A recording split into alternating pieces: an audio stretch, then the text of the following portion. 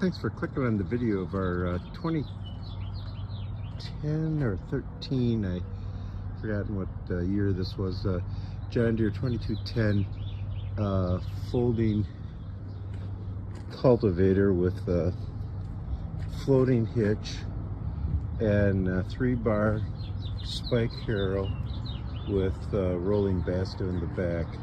Paint's pretty nice on this. I believe it's 44 feet, 45 feet, double fold. Of course, it's like, unfortunately, it's a fairly wide machine to transport, but overall condition is pretty good. The shanks, well, new shovels on the shanks and kicking on. There's no loose play.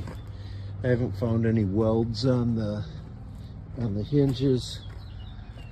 At the folds up on top there, it looks good. Haven't found the serial number yet either. Oh, there it is. But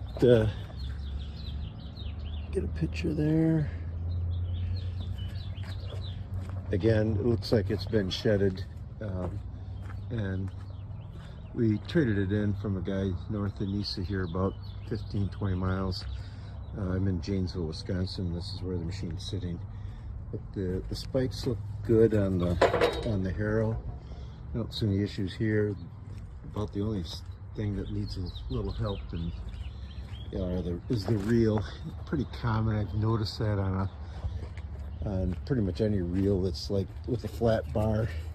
You know, just a little pressure and it just bends in the middle. Spirals look pretty decent. I think there was one that I noticed had some issues, but I don't see it here yet. They all turn okay. The bearings, I think, are fine, but take a little time to beat those flat pieces back to straight.